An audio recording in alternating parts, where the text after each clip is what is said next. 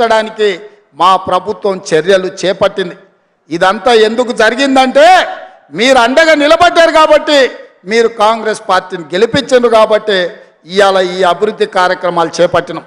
అందుకే ఇయాల 5,000 కోట్లతో వచ్చిన రాబోయే పార్లమెంట్ ఎన్నికల్లో కొడంగల్ శాసనసభ నియోజకవర్గం నుంచి 50,000 ఓట్ల మెజార్టీ ఇవ్వండి, మళ్ళీ 5,000 కోట్ల రూపాయలు తెచ్చే బాధ్యత కాంగ్రెస్ పార్టీ తీసుకుంటుంది.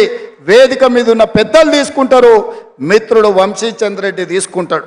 ఇవాళ వికారాబాద్ కృష్ణా రైల్వే లైన్ రావాలన్నా, కోస్గిలో సిమెంట్ ఫ్యాక్టరీ రావాలన్నా, పెద్ద ఎత్తున పరిశ్రమలు మన నియోజకవర్గానికి రావాలన్నా, ఇవాళ వేలాది మంది నిరుద్యోగ యువకులకు ఉద్యోగ ఉపాధి అవకాశాలు కొడంగల్లో కల్పించాలి అని అంటే రాబోయే పార్లమెంటు ఎన్నికల్లో 50,000 మెజార్టీ తగ్గొద్దు, ఆ పైన పెంచిస్తే మీ దయ మీ అండ ఉండాలి అని చెప్పి ఈ వేదిక మీద నుంచి నేను కోరుకుంటున్నా.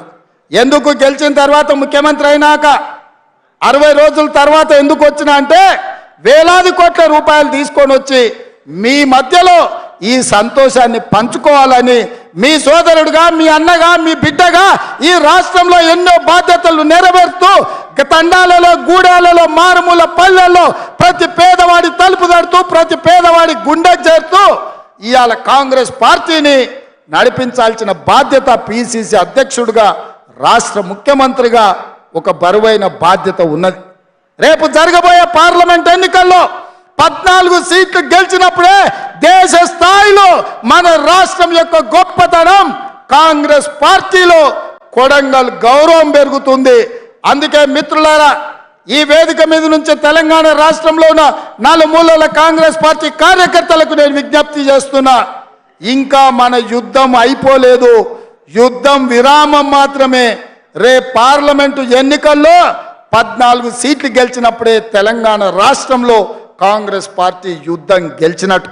అందుకే మిత్రులారా, రాష్ట్రంలో ప్రభుత్వం వచ్చింది కాబట్టి ఇక మేము విశ్రాంతి తీసుకోవచ్చని ఏ కార్యకర్త కూడా అనుకోవడానికి లేదు.